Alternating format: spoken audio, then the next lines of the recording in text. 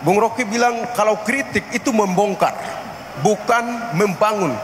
Kita mencoba, orang Papua mencoba membongkar tentang sejarah masa lalu. Penggabungan harus dikelirkan, dijelaskan, diluruskan.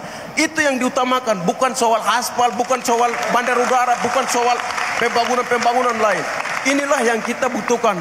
Lalu bagaimana Bung Rocky akan melihat, bisa memberikan respon terhadap ini, sekaligus dengan apakah dari pemilihan presiden yang akan datang ini ada orang-orang yang dari cawapres ataupun presiden ini, mereka punya image atau punya pikiran untuk orang Papua, gali tentang sejarah. Terima kasih. Baik, terima kasih.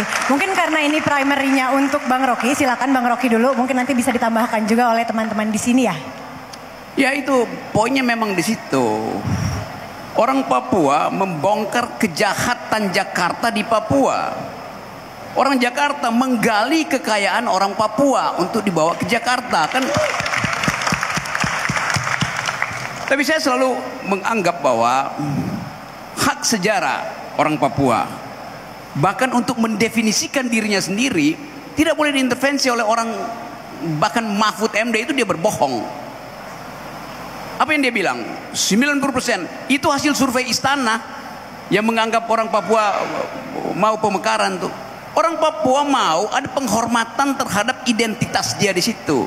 Orang Papua menginginkan ada proses politik yang memungkinkan dia mengucapkan self determination.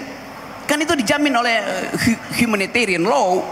Jadi tetap aja lakukan hal semacam itu. Jadi kalau dianggap bahwa pers asing tidak bisa masuk ke Papua, itu pertanda bahwa Papua itu daerah operasi militer.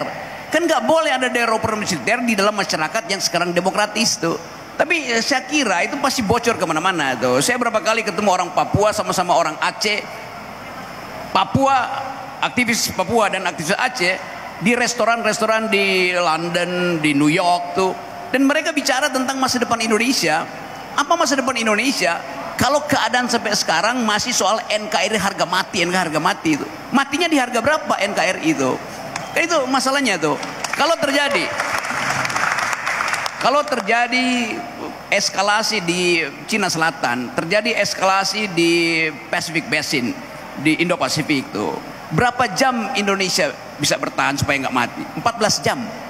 Begitu misalnya armada ke-7 Amerika jepit Indonesia, yang Okinawa turun ke arah Singapura, yang dari Manila naik ke arah Taiwan tuh, dijepit di situ, Indonesia hanya bisa bertahan 14 jam. Kenapa? Karena import bahan bakar kita masih lewat Cina Selatan, masih lewat Pasifik. Antibiotik untuk puskesmas ibu-ibu yang hamil masih di situ tuh. Jadi kalau terjadi dijepit di situ, lalu Amerika bilang no fly zone, yang berani terbang di atas daerah itu ditembak, itu habis kita. Jadi saya mengerti nasionalisme Papua itu bukan cuma nasionalisme untuk membebaskan diri dari kepungan politik Jakarta, tapi nasionalisme untuk mengatakan kami punya identitas sejarah itu. Jadi kita mesti hargai bahwa dari perspektif asasi manusia, setiap etnis, setiap kelompok masyarakat berhak untuk menagih pada negara supaya dia bisa mengekspresikan jalan pikirannya tuh. Negara Indonesia itu baru 70 tahun, Papua itu udah 300.000 tahun tuh. Jadi siapa lebih dahulu tuh hak semacam itu. Oke, terima kasih banyak Bang Rocky.